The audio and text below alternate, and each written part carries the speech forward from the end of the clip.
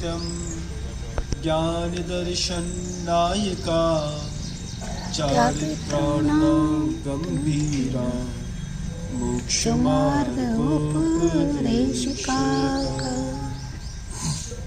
अहिंसा परमो धर्म की जय। परम पूज्य आचार्य भगवंत गुरुदेव श्री विद्यासागर जी महाराज की जय।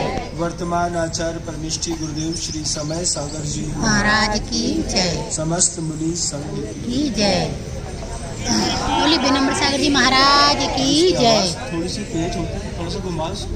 मुझे कान मेरा बंद हो गया है ना, मुझे सुनाई नहीं थी। जबलपुर तिलवारा घाट पहुंचने से पहले ग्वारी घाट एक गांव है, नर्मदा का घाट पड़ता है। तो नर्मदा के घाट पर जाकर के और एक दिन का रात्रि विश्राम कर रहे थे। गुरुवार रात्रि में सिंगापुर में एक संत रहते हैं, उनका यहाँ पर एक आश्रम बना हुआ था, तो उस आश्रम पर गुरुजी रुके हुए।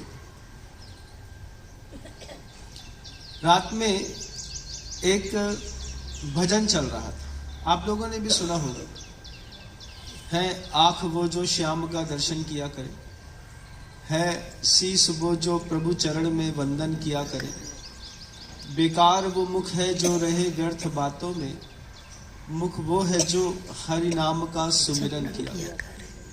अनूप जलोटा जी का ये भजन था और उसकी कैसेट फंस गई थी।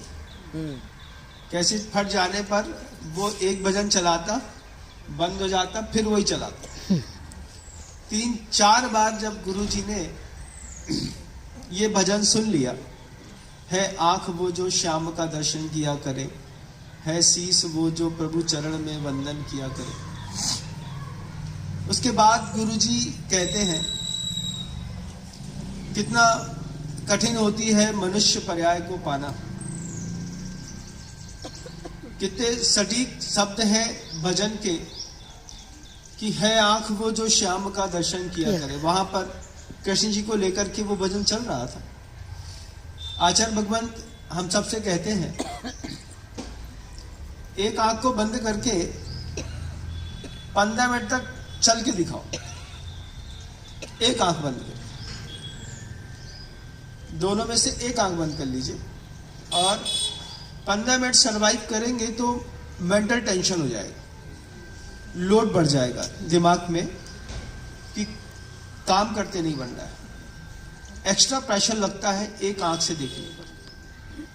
फिर गुरुजी कहते हैं उन लोगों का सोचो जिनके पास दोनों आंखें नहीं। आज आपको दुनिया में ऐसे कई मनुष्य मिल जाएंगे, पूरे अंधे होते हैं, उसके बाद भी लगातार मेहनत करते हैं, पैसा कमाते हैं, दुकान खोलते हैं, सब करते हैं। उनसे पूछो बिना आँख के जिंदगी कैसी है, तो सब चुप हो गए, हम लोग सब शांत हो गए थे।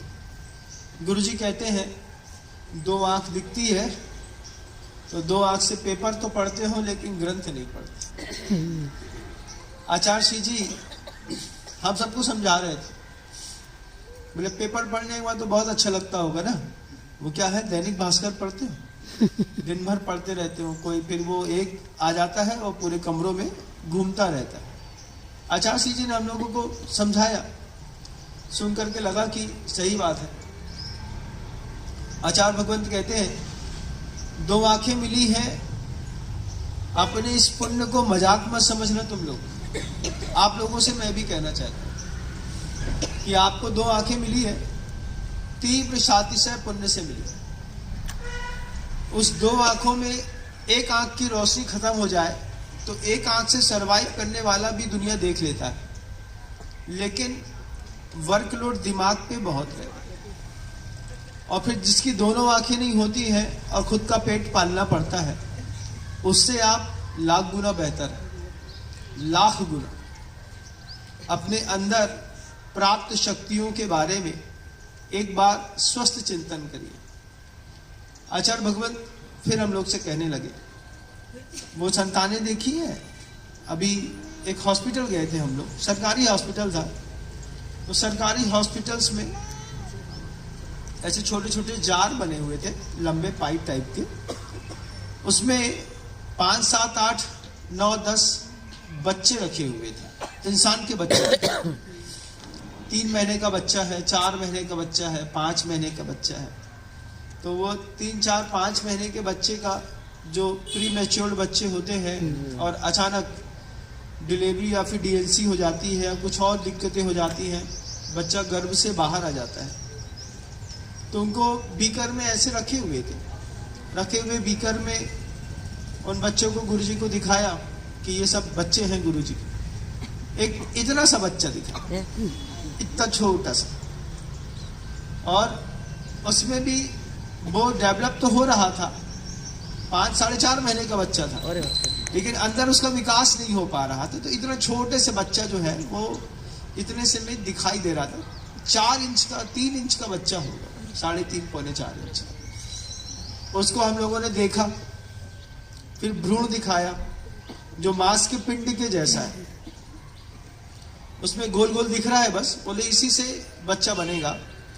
वो सारी चीजें मेडिकल साइंस में दिखाई जाती हैं, बताई जाती हैं कि आपकी प्राथमिक अवस्था ये है, सेकेंड स्टेज ये है, थर्ड स्टेज ये है, फोर्थ स्टेज ये है। धीरे धीरे डेवलप हमारे 4-5 चीजें हम लोग उस वक्त देख करके आए थे जबलपुर में, मेडिकल कॉलेज सामने था मढ़िया जी के। तो आचार्य जी कहते हैं कितनी किस्मत तेज है अपनी। अगर मान लो 5 महीने 6 महीने में प्री मैच्योर डिलीवरी हुई होती तो उसको संभालने में कितना पैसा लगता है। हमको आपको तो नॉर्मल जीवन मिल गया।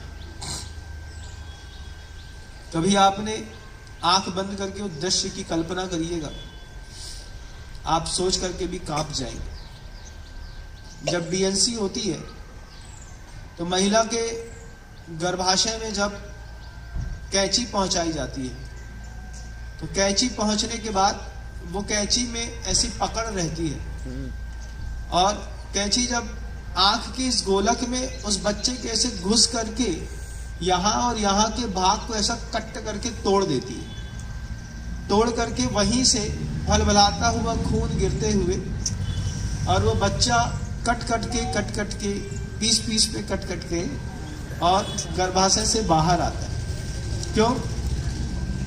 हम संतान नहीं चाहते हैं, गर्भ में आ गई, गलती आपकी थी, लेकिन वो बच्चा उसका दर्द भोग रहा है। अब वो 4 महीने का बच्चा है, डॉक्टर ने कह दिया इसके 2 हाथ नहीं है, 1 पैर नहीं है।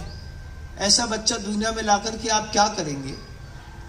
और आपने डीएनसी का फैसला ले लिया। डीएनसी का फैसला आपके लिए सुविधाजनक, लेकिन उस बच्चे के लिए इतना दर्दनाक है।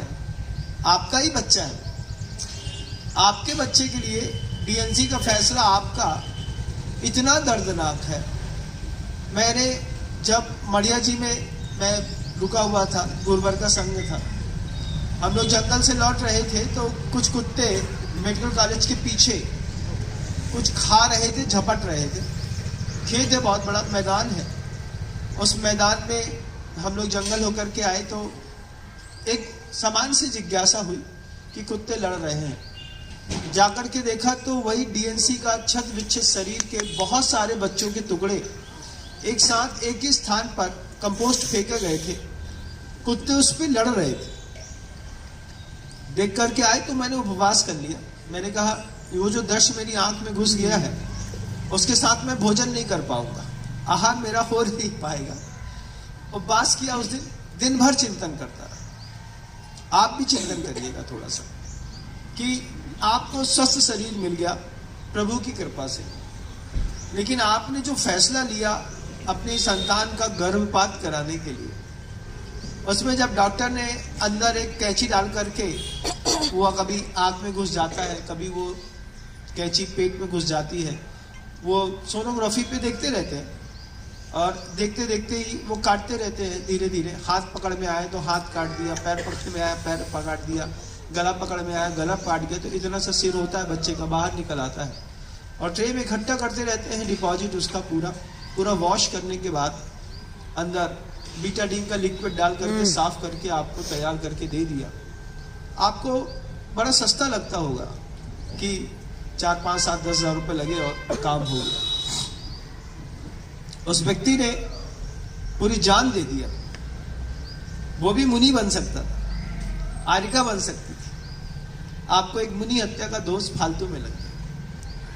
एक साध्वी की हत्या का दोष भी आपको, जब बच्चे की संतान की डीएनसी कराते हैं तो उसमें वो लगता है। गुरुजी हम लोग को समझा रहे थे कि देखो कितना भाग्य है कि माता पिता ने डीएनसी नहीं कराई, कितना भाग्य है कि प्री मैच्योर नहीं हुए, 7 महीने का बच्चा हो जाए, 8 महीने का बच्चा हो जाए तो कितना पालना पोसना पड़ता है उसको, उस पर दवाई दारू पे इतना पैसा खर्चा करते हैं, लगता है कि ये बच्चा पूरा घर लूट लेगा। लेकिन आप 9 महीने में स्वस्थ होकर के, स्वस्थ शरीर के साथ, अच्छे वजन के साथ पैदा हुए। क्या है? पुण्य है, भाग्य है हमारा।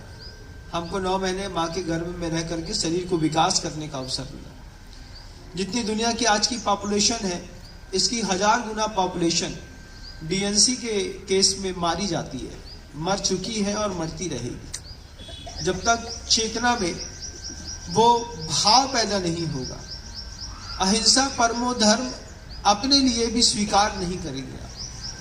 हम नहीं चाहते थे महाराष्ट्री, लेकिन हमारे पेट में बच्चा आ गया। बच्चे की क्या गलती है? एक बार सोचिए, उसकी क्या गलती है?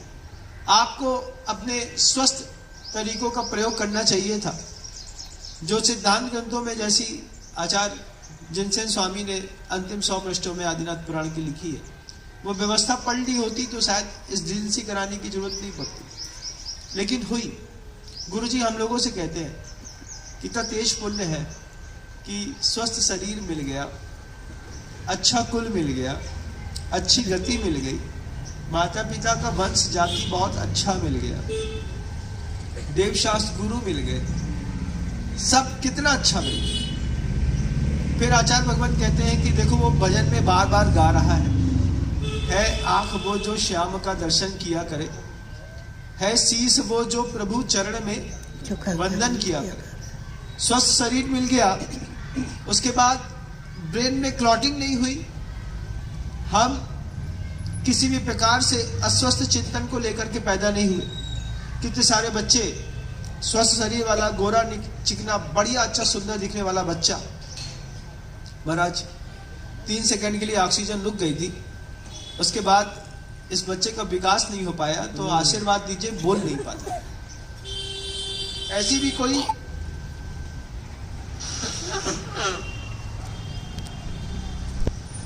चीज भी सही मिला। कोई पाप की बात बताता है तो सुनते हैं अपन, कोई पुण्य बताता है तो वो भी सुनते हैं। कई भजन होते हैं, स्तुति होते हैं, स्तोत्र पाठ होते हैं, अपन जाते हैं, करते हैं, सब करते हैं। शीश बच गया, आंख बच गई, हाथ बच गए, दोनों हाथ सुरक्षित हैं। भजन चल रहा था, उसमें है हाथ वो जो भगवान का पूजन किया करे।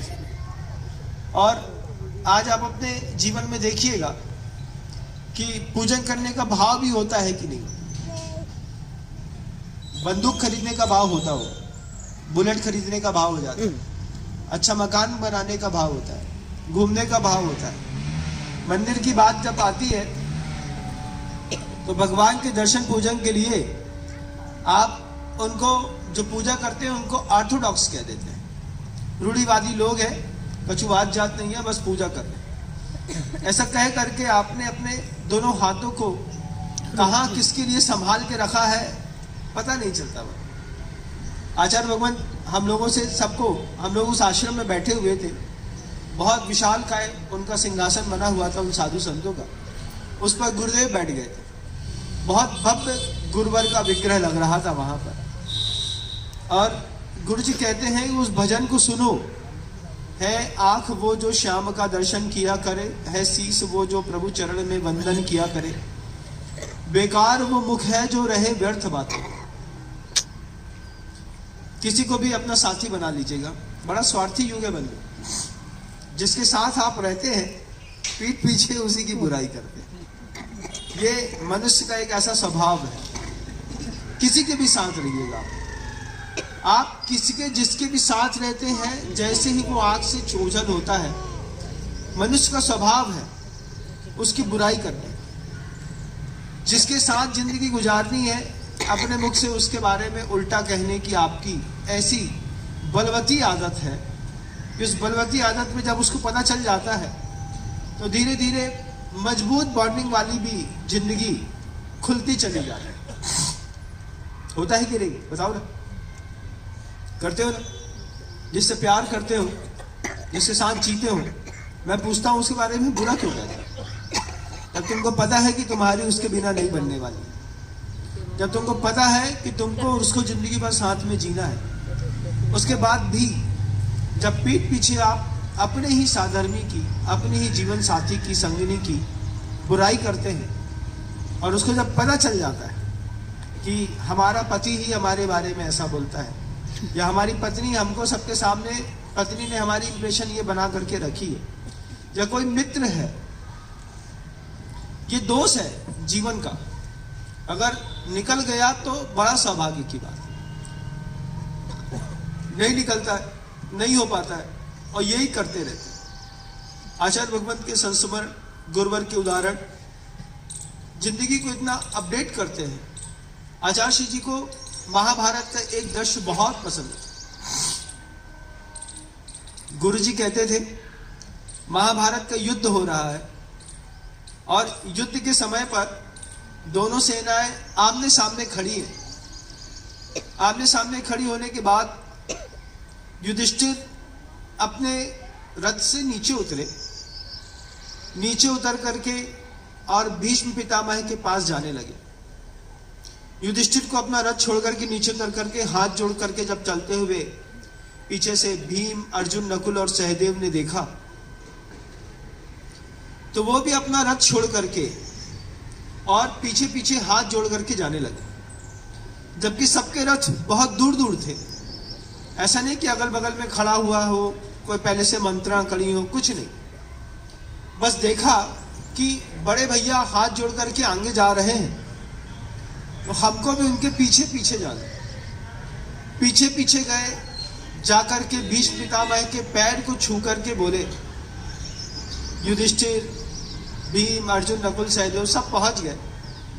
युधिष्ठिर को विश्वास था हमारा भाई हमारे पीछे आए, और पांचों के पांचों पांडव नीचे उतर करके जब भीष्म के पास पहुंचे और भीष्म से कहते हैं, पितामह आशीर्वाद दीजिए कि हम विजयी हो। भीष्म को लड़ना है दुर्योधन की तरफ से, लेकिन अभिवादनशील उन पांचों पांडवों को देख करके भीष्म पितामह ने आशीर्वाद दे दिया, विजयी भव। जब घर के बड़े ने ही आशीर्वाद दे दिया है विजयी भाव का, तो युधिष्ठिर भीष्म से पूछते हैं, आपको जीतना तो संभव नहीं है, और आपने विजयी भाव होने का आशीर्वाद भी दे दिया है, फिर आप बताइए कि आपको कैसे जीता जाएगा। हाथ जोड़ करके युधिष्ठिर भीष्म से खुद पूछ रहे हैं ये सब बात, आप बताओ मुझे आपको कैसे जीता जाएगा। भीष्म कहते हैं, मेरी एक बड़ी प्रतिज्ञा है, मैं किसी स्त्री पर शस्त्र नहीं चलाता, और शिखंडी अपने जीवन काल में नपुंसकत्व को लेकर के पैदा हुआ है, मैं उस पर हथियार नहीं चढ़ाऊं। इतनी बात जब भीष्म पितामह ने दुर्योधन, अर्जुन, नकुल, सहदेव से कह दी, युधिष्ठिर ने फिर पैर पड़ा, धन्यवाद कह करके द्रोणाचार्य के पास गए, उनसे भी आशीर्वाद लिया। उन्होंने भी आशीर्वाद दिया विजयी भव। जिस गुरु से अर्जुन ने धनुर्विद्या सीखी हो, और वही गुरु जब युद्ध के मैदान में सामने प्रतिद्वंदी के रूप में खड़ा हो, तो शिष्य की वो भावना रहती है कि पहले अपने गुरु से आशीर्वाद लें। गुरु से आशीर्वाद लेकर के आधा युद्ध तो युधिष्ठिर, भीम, अर्जुन, नकुल, सहदेव ने मात्र नमोस्तु करके प्रणाम करने करके ही ले ली, जीत लिया आधा युद्ध। जब वापिस अपने रथ पर बैठे और युद्ध किया, तब युधिष्ठिर चारों भाइयों से कहते हैं, सारे बड़े बुजुर्गों ने आशीर्वाद दिया है, अब विजय हमारी होगी। गुरु जी को ये संवाद महाभारत का इतना पसंद था, गुरुवर कहते थे डेडिकेशन देखना है तो युधिष्ठिर के भाइयों का देखना। युधिष्ठिर ने कुछ बोला नहीं, लेकिन बड़ा भाई वहां जा रहा है इसलिए मुझे वहां पर जाना है। ये सोच करके भीम कितना साथ में रहना और बंधे रहने में कितना अंतर होता है। मतलब 5 भाई हैं, साथ में रहते हैं, लेकिन बंधे नहीं है एक दूसरे से। आचार्य भगवान को ये दृश्य इतना पसंद था, गुरुजी कहते थे कि देखो 4 के 4 भाई अपने बड़े भाई से बंधे हैं, और बड़े से बंधे होने के कारण हाथ जोड़ करके गए तो आधी विजय तो सिर्फ नमस्कार करने पर प्राप्त कर। ये गुरुजी का प्रिय संवाद इसलिए मैं आप सबके बीच में रख रहा हूं कि आपके घर के अंदर भी आप लोग साथ में तो रहते हैं, लेकिन एक दूसरे से बंधे नहीं है। आपकी जो भी रिश्तेदारी है वो कंडीशनल है, जबकि श्रद्धा अनकंडीशनल रहती है। कुछ भी नहीं पूछा भीम ने, अर्जुन ने, नकुल ने, सहदेव ने, बड़े भैया जा रहे हैं, शक भी नहीं हुआ क्या पराजय स्वीकार करने के लिए जा रहे हैं, क्या वहां पर जाकर के अपने आप को सरेंडर कर देंगे। जो भी करेंगे, बड़ा जो भी करेगा वो हमारे हित के लिए है। हाथ जोड़ करके जाने का वह दृश्य गुरुवर को इतना पसंद आया कि डेडिकेशन देखना है तो 5 पांडवों में से 4 पांडवों का देखिएगा युधिष्ठिर के प्रति। विजय दिलाने का एक अमोघ मंत्र है, बड़े भैया जो कहेंगे वो हमें स्वीकार। ये चीज हर जगह लागू होती है। घर के अंदर भी आप देखिएगा, जब आपका बड़ा भाई किसी चीज का डिसीजन ले लेता है तो ना चाह करके भी आपको उनकी बात माननी पड़ती है। अब बड़े भैया ने कह दिया, अब कौन रोके, अब कैसे मना करें, तो आर्गुमेंट करते हैं, लेकिन लास्ट डिसीजन बड़े भाई का है। बड़े भाई ने कह दिया हम कर रहे हैं। अगर ये थोड़ी सी भी विचारधारा, ये थोड़ा सा मृदु संवाद, ये जीवन का सौहार्द हमको हमारे दिमाग में हमेशा रखा होता, कभी किसी के जीवन में बंटवारे नहीं होते। बंटवारा होता है तो दिक्कत होती है।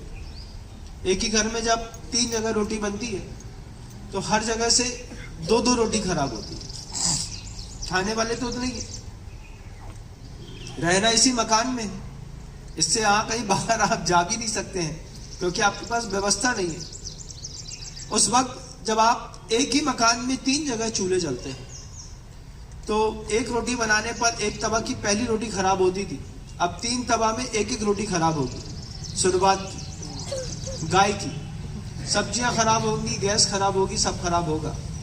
अगर थोड़ा सा डेडिकेशन बिल्कुल व्यवस्थित होता कि बड़े भाई जो कहेंगे हम वो मान लेंगे, इतनी सी सुंदरता में घर के अंदर बंटवारा नहीं हो, लेकिन बंटवारा होता है। बंटवारे की एक बहुत अच्छी खूबी है, अगर वो परिस्थिति बस होता है तो घर का समृद्धि बढ़ती चली जाती है। छोटा सा मकान है, मकान में पूज नहीं रहा है, 2 बच्चों की शादी करनी है, बड़े भैया के भी 2 बच्चे बड़े हो गए हैं और घर समा नहीं रहा है, घर में जगह नहीं बची है, तो प्यार से बड़े भाई ने समझाया कि देखो एक काम करो, सामने वाला मकान किराए पे ले लो, वहां भी रहने लगो, ये भी हमारा है वो भी अपना है, दोनों है। तो जो परिस्थिति बस बंटवारे होते हैं, उन परिस्थिति बस बंटवारों में हमेशा विकास होता है। कुछ मैं संभाल लूंगा, कुछ तुम संभाल लेना, 2 तरफ की रोटी है, इधर खा लेंगे चाहे उधर खा लेंगे। सुबह की रोटी उधर बन जाती है, शाम का अंत यहाँ पे हो जाती है। एक जगह बड़ी दीदी काम कर लेती है, एक दिन छोटी बहू काम कर लेगी। क्या है? परिस्थिति बस बंटवारा है। लेकिन दूसरा बस बंटवारा जो होता है वो कषाय बस होता है।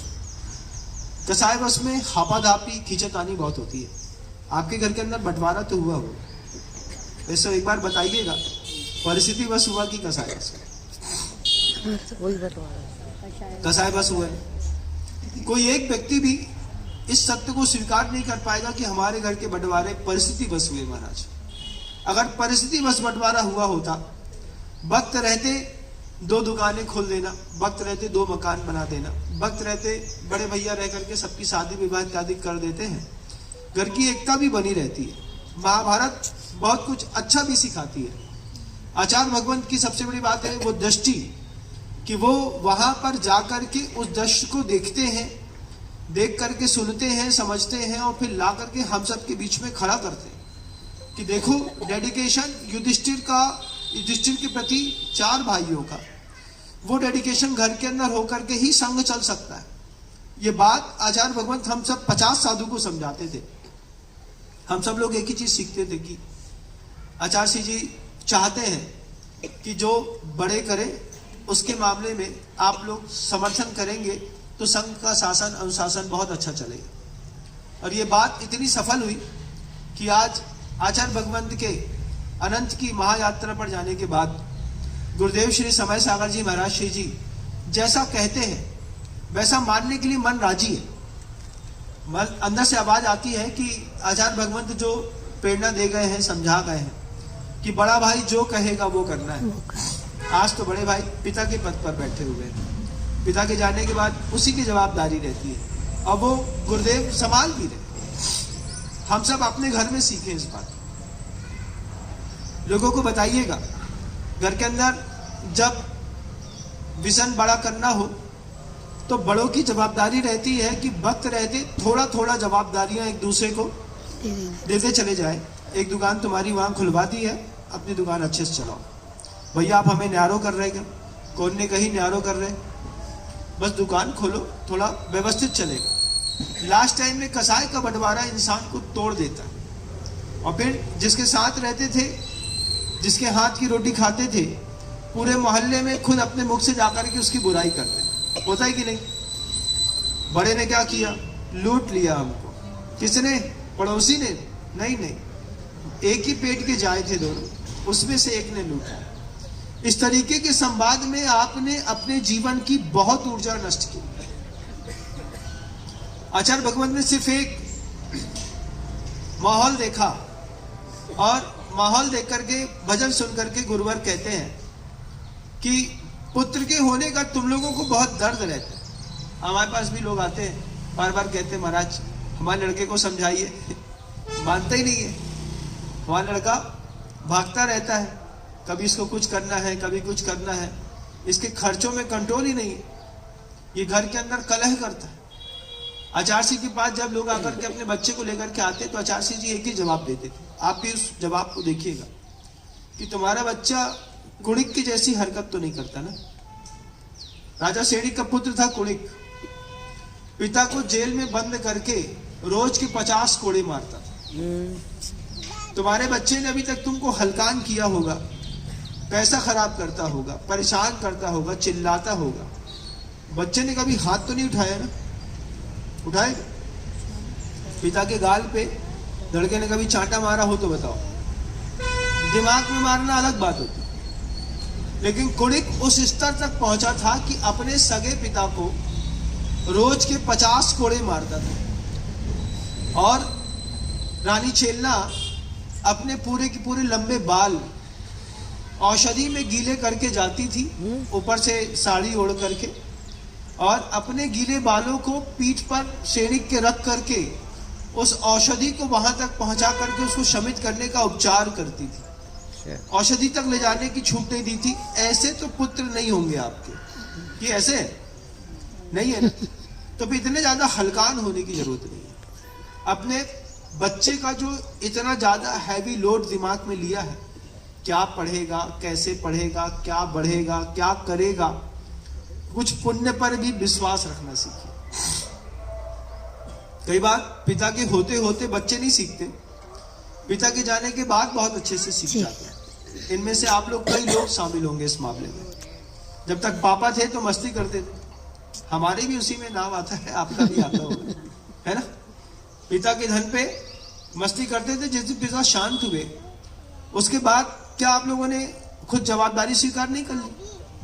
पहले टमाटर के रेट कभी नहीं पूछते थे, पापा के जाने के बाद किराना दुकान से किराना खरीदने के बाद, सब्जी मंडी से सब्जी खरीदने के बाद सीधे थोक की मंडी तक पहुंचते हो क्या? यहीं भी रास्ते में आ रहा था तो सब्जी मंडी एक बीच में पड़ी थी, बाहर ठेले लगे थे, खाली थे, कोई नहीं खरीद रहा था। बोले जब जो आदमी यहाँ तक आएगा तो बाहर के ठेले वाले से क्यों खरीदेगा? वो अंदर जाकर के होलसेल के रेट में जाकर के नहीं लेके आए। जब आपके पिता नहीं रहते हैं तब आपको हर चीज दिखाई देती है। आपका कोई भी पुत्र कुड़िक के जैसा नहीं है, एक बार अपने दिमाग में रखिए। और हिंसा का युग है बंधु। हमारे घर के अंदर अगर हमको सताया जाता है उसके कुछ कारण हैं। आचार्य भगवान बिल्कुल स्पष्ट शब्दों में कहते हैं, आपने कभी ट्राई करके देखा होगा गुरुवर की कहां तक दृष्टि जाती है, मैं तो सोच ही नहीं सकता था। आचार्य सिंह जी ने बहुत बड़ा विजन किया हम लोगों का।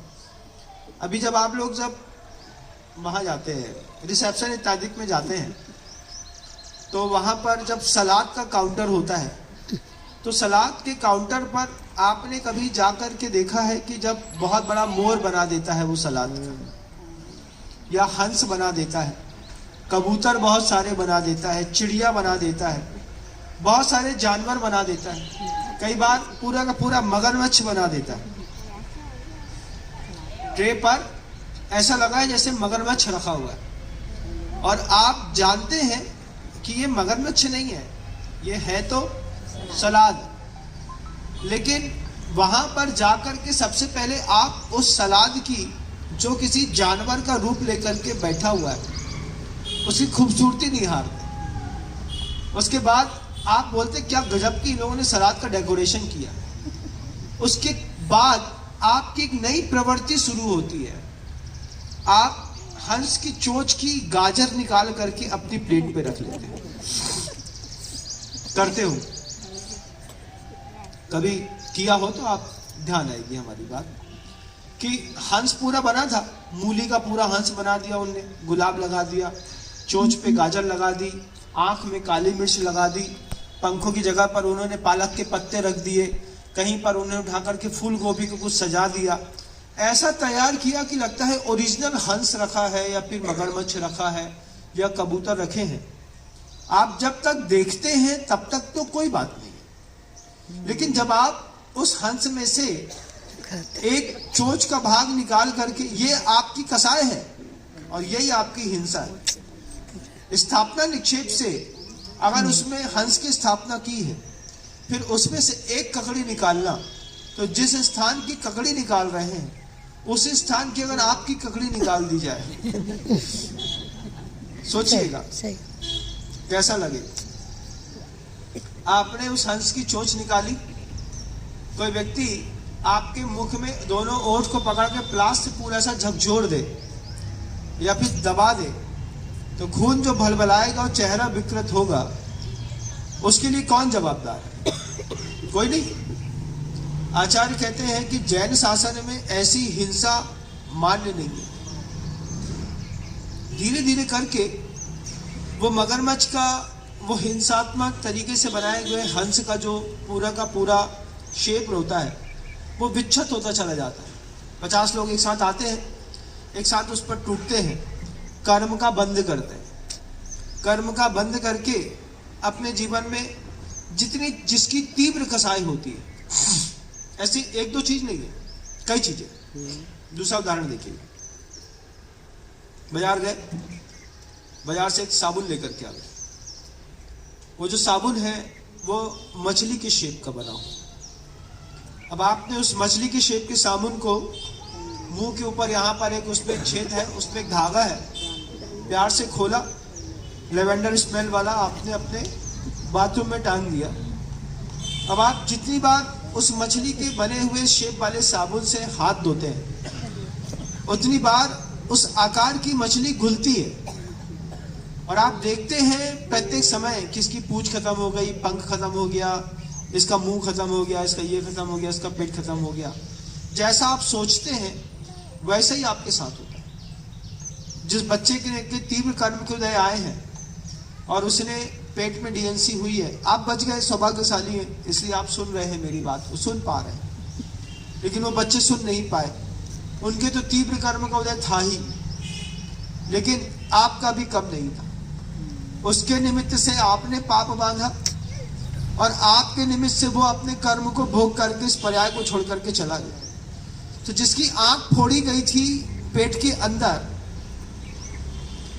उसने पेट के अंदर किसी को परेशान नहीं किया, उसने बाहर इस तरीके की किसी की चोंच तोड़ी होगी, किसी की आंख का जीरा निकाला होगा, किसी के पंख तोड़े होंगे, और ऐसा फल निकला है उस छोटी सी हिंसा के पाप का कि आज पेट के अंदर वो खराब होकर के गिर करके बाहर होते चले गए।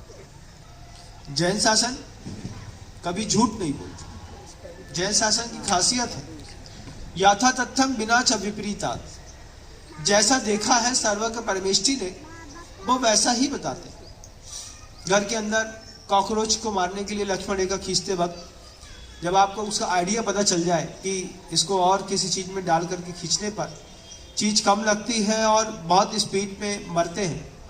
ये खेल भी आपने कई बार खेला है, आज भी खेलते हो। जब कोई चींटी भाग रही होती है तो छोटे से बच्चे चींटी को पहचान करने के लिए पानी की चारों तरफ बाढ़ लगा देते हैं। 4 बूंद पानी डालते हैं, हाथ से ऐसा घुमा देते हैं, चींटी उसमें बीच में फंस जाती है, वो निकल नहीं पाती। आपको उसको देख को उस खेल को देख करके आनंद आता है। आज नया सिस्टम है, पूरे एंड्रॉयड पे लगातार इस तरीके के गेम्स आते हैं कि जब आपका बच्चा उस गेम्स को खेलता है, पहले तो हमारे टाइम पे एक गन आती थी टीवी के सामने कौवा मारने वाली, उसमें से कौवे उड़ते रहते हैं, गन को दिखाओ तो वो टीवी का कौवा मर जाता था। तो देख करके वीडियो गेम होता है, उसको देख करके कितनी बार कौवे मारे होंगे, संगी पंचेंद्री जीव है, कितने कौवे मार दिए पता नहीं। एक बम फोड़ा है वीडियो गेम पे, ओरिजिनल पे नहीं, वीडियो गेम पर आप निशाना लगा रहे हैं, गन मार रहे हैं, बंदूक मार रहे हैं और लगातार लोग मर रहे हैं। ये संकल्पी भाव हिंसा जो होती है, ये संकल्पी भाव हिंसा आपके परिवार का आज भी और अगली पर्याय में भी वातावरण खराब करती है। आज परिभाषाएं इतनी विद्रूप बदल गई हैं कि आदमी को धर्म से डर लगने लगा। आप इजराइल और इस तरफ जाकर के देखेंगे तो अपने धर्म को, अपनी कौम को, अपनी संस्कृति को जिंदा रखने के लिए लोग बम फेंक रहे हैं, पूरा का पूरा देश नष्ट कर दिया। इन परिस्थितियों में आज हम आप नहीं फंसे, ये सौभाग्य है। लेकिन हम घर के अंदर ये छोटा छोटा हिंसात्मक काम करके और अपनी शक्ति का प्रदर्शन करते रहते हैं। आज आपके मोबाइल में जो आपके जेब पे है, आप खुद देखिएगा कि कितने गेम आपने लूट किए हैं। उन गेम्स में से कितने सारे गेम्स ऐसे हैं जो सिर्फ मारने काटने वाले, नए नए तरीके के हिंसात्मक प्रयोग करते हैं। जो आपके आईआईटी के इंजीनियर्स होते हैं, सॉफ्टवेयर इंजीनियर्स होते हैं, जिनकी डाटा प्रोग्रामिंग बड़ी ज़बरदस्त होती है, CC++ पढ़ने वाले, जावा इंटरनेशनल लैंग्वेज पढ़ने वाले लोग, बच्चे लगातार गेम बनाते रहते हैं। लेकिन सबसे बड़ी बात है कि गेम में भी मात्र हिंसा के गेम क्यों बनाते हैं, ये बात समझ में नहीं। कुछ अच्छा बनाने वाला गेम नहीं बनाए। आप अच्छा मकान बनाते हैं, देखते हैं मकान बनाने पर बीम की चौड़ाई कितनी रखनी पड़ती है। मंदिर बनाने का कोई गेम नहीं बनाया होगा अभी तक कि बहुत सारे डिपॉजिट इकट्ठे करके पर एक मंदिर बना के देखते हैं कि कौन सा मंदिर बहुत खूबसूरत दिखता है, कौन सी भगवान की बेदी कहाँ पर बैठाएंगे तो बहुत अच्छी लगेगी, कौन से भगवान कैसे बैठाएंगे। ऐसा कोई गेम बनाने का नहीं सोचा, लेकिन एक टारगेट दे दिया, 50 सोल्जर्स को फिनिश करेंगे तो 10,000 पॉइंट मिल जाएंगे। अब आप लगे हैं 50 सोल्जर्स को फिनिश करने के लिए, बंदूक उठाने में, बम चलाने में, आप पेट्रोल बम फेंक रहे हैं। बच्चा उसमें से सीख रहा है, पहले गेम से सीख रहा है, फिर बाहर की दुनिया पे इम्प्लीमेंट कर रहा है। तो रात को सोते वक्त कोई आपके घर के अंदर बम फेंक दे तो कोई बड़ी बात नहीं, क्योंकि लगातार उसके बच्चे की ऊर्जा जो है वो हिंसा के दृश्य को अपने दिमाग में कैप्चर कर रहा है। जो लोग रिटायर्ड ऑफिसर्स होते हैं, इन लोगों के जीवन के अंदर भी ये भावना रहती है, कब काम धाम कुछ है नहीं तो क्या करें, बोले गेम खेल लेते हैं। तो आपके पति भी इस गेम में शामिल होंगे, जो फुर्सत के क्षणों में बैठ करके लगातार सिर्फ गेम खेलते रहते हैं। इनको समझाइश की जरूरत है। अगर आप जैन हैं, आपको लगता है कि हमारे कुल की परंपरा में हिंसा कहीं से कहीं तक शामिल नहीं है, अहिंसा ही हमारा परम धर्म है। दुनिया तक ये संवाद जाए या न जाए वो अलग बात है। हम दुनिया के जैसे क्यों होना चाहते हैं? हम उस सोसाइटी, उस कम्युनिटी को बिलोंग करने वाले लोग हैं कि हमारे यहाँ किसी भी प्रकार की हिंसा हमें तन से, मन से, वचन से स्वीकार ही नहीं।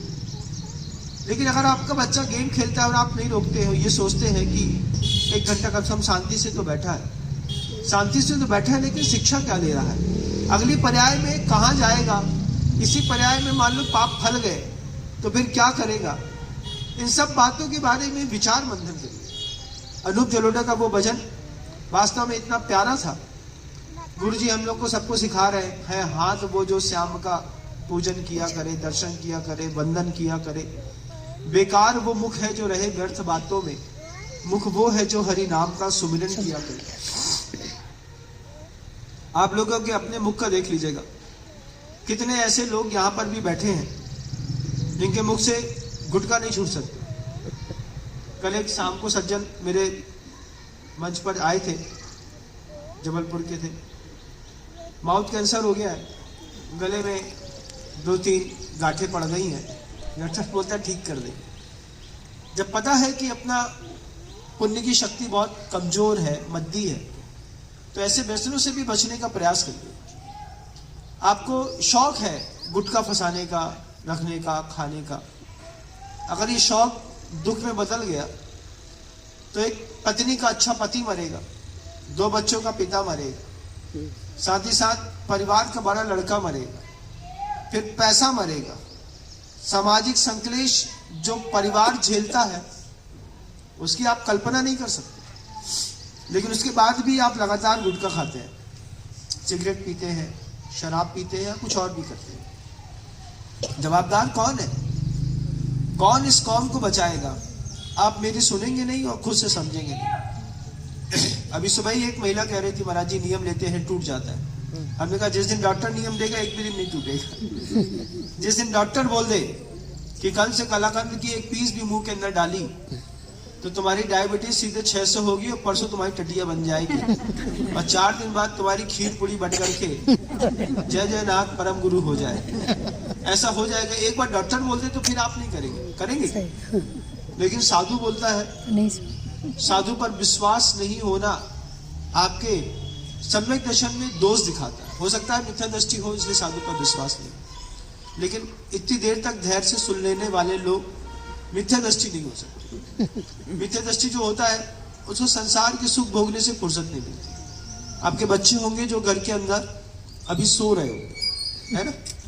आपको पता है कि घर जाएंगे, पहुंचेंगे, कुछ नहीं, पोहा बस देना है और एक आध थोड़ी सी कोई भी चाय या कॉफी देंगे, बच्चा उठ जाएगा। उनको भी यहाँ पर लेकर के आया कर, उनकी जरूरत है, क्योंकि 60 साल की जिंदगी का डिपॉजिट है उनके पास। कहीं ऐसा ना हो कि बीच पे लॉस हो जाए।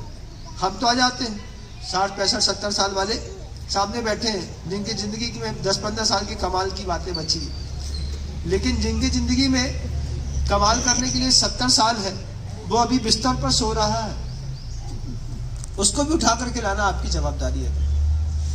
हिंसा के युग में जितनी भी हिंसात्मक चीजों का आप लगातार प्रयोग कर रहे हैं, गर्भपात हो, साबुन हो, सलाद हो, लक्ष्मण की रेखा हो, चींटी का मारना हो, या फिर और भी कोई हिंसात्मक कार्यक्रम, एक बड़ा हिंसात्मक कार्यक्रम और चलता है अपने घरों में, सबके घरों में चलता है। माँ बहनें खूब करती हैं, उनको मजा आता है। क्या करते हैं बता नहीं।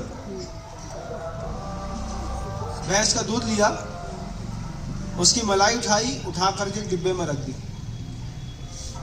अब वो मलाई एक दिन में तो सड़ गई, लेकिन उसी मलाई के ऊपर फिर दूसरी मलाई उठाई और डाल दी, फिर तीसरी मलाई उठाई डाल दी, चौथी उठाई डाल दी, पांचवी उठाई डाल दी।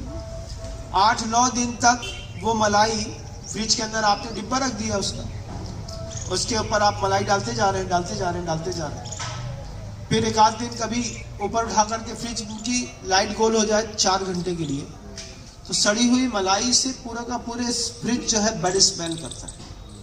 कभी ऊपर रख देते हैं और खुला होता है तो वातावरण में जो बुनबुनियां होती है, वो छोटा 4 इंद्री मिक्खू जिसको कहते हैं, वो मलाई में गिर जाता है। तो बच्चे क्या समझते हैं, मम्मी ने इसमें इलायची डाल दी होगी। ऐसा सोच करके बच्चा जो है उस काले काले मिक्खू के साथ कई बार मलाई को चट्टे कर जाते हैं। और जब आप 8 दिन 10 दिन बाद वो सड़ी हुई मलाई निकालते हैं, उसका घी बनाते हैं, तो उसकी खट्टी बास आती है। हम लोग रास्ता चलते पकड़ लेते हैं कि किसके घर के अंदर चौके में पाप हो रहा है। रास्ता चलते उसकी स्मेल ही बिल्कुल अलग अजीब सी आती है। जिसके घर के अंदर शुद्ध दूध की मलाई की जो घी वगैरह बनाते हैं, तो उसका फ्रेग्रेंस बताता है कि ये मलाई अलग तरीके वाली। लेकिन आपके घरों के अंदर भी कई महिलाओं को, आप यहाँ पे ऐसा से हिलाइए, जरूरी है। अगर आप यहाँ पे ऐसा बोल दे कि हम ऐसा करते हैं तो को का कहें, लोग कहें ये भाई जे लोग तो गड़बड़ करत है।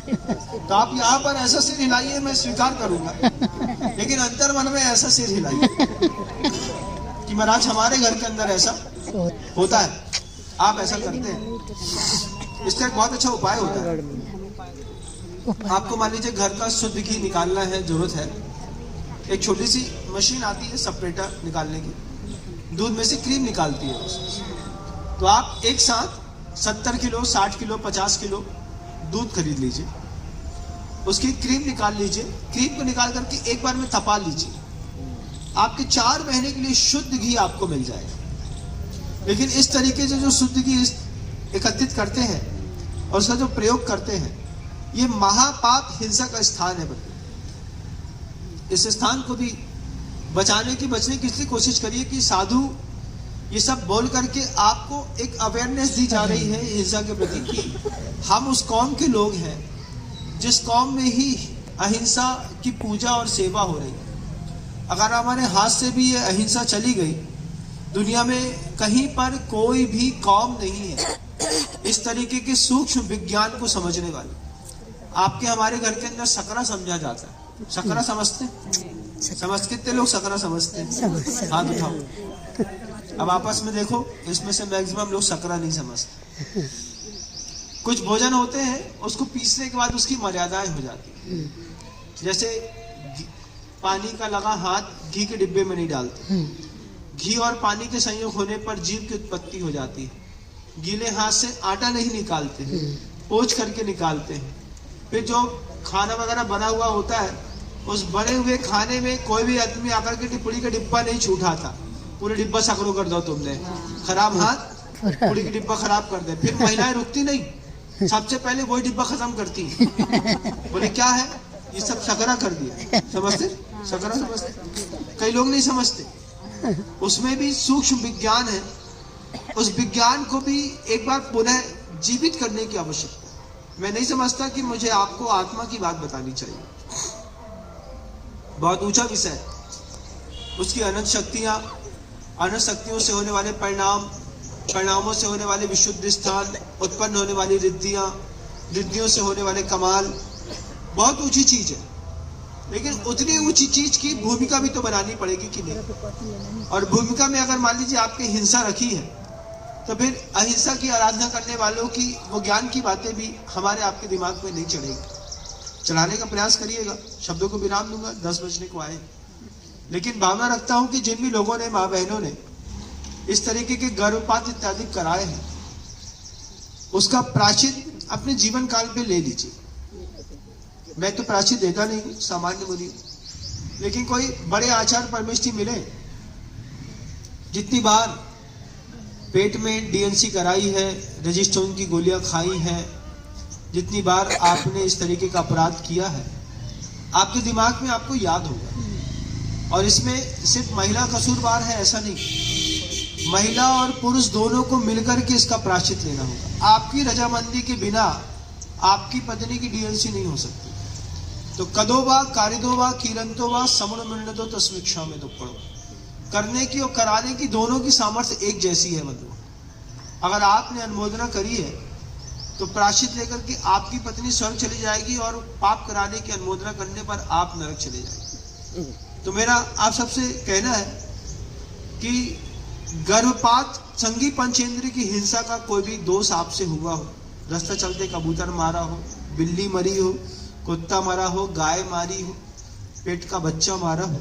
जब पेट का कोई बच्चा मरता है ना, तो उसमें मुनि हत्या का दोष लगता है जैन शासन, क्योंकि उसमें संभावनाएं विशाल रहती है। एक 60 साल के आदमी का मर्डर हो जाएगा तो हो सकता है 5 उपवास लेकर के आपको आचार्य छोड़ दे। लेकिन गर्भस्थ शिशु के प्राण जाने पर एक मुनि हत्या का दोष लगता है कि अगर ये बच्चा आगे चलकर के मुनि बन जाता तो महाराज कैसे बन जाता? बोले आपने भी संभावनाएं नहीं देखी थी, हमने भी नहीं देखी थी। उसमें संभावनाएं थी, आपने उसकी हत्या कर दी, बुद्धिपूर्वक कर दी। शादी से पहले कर दी है तो अलग, शादी के बाद हुई है वो अलग। आप अपनी मृत्यु से पूर्व में इसका प्रायश्चित जरूर करिएगा बंधु, बहुत जरूरी है। अगली पीढ़ाएं बहुत अच्छी निकलेगी। शब्दों को विराम देता हूँ। गुरुदेव श्री गुरु।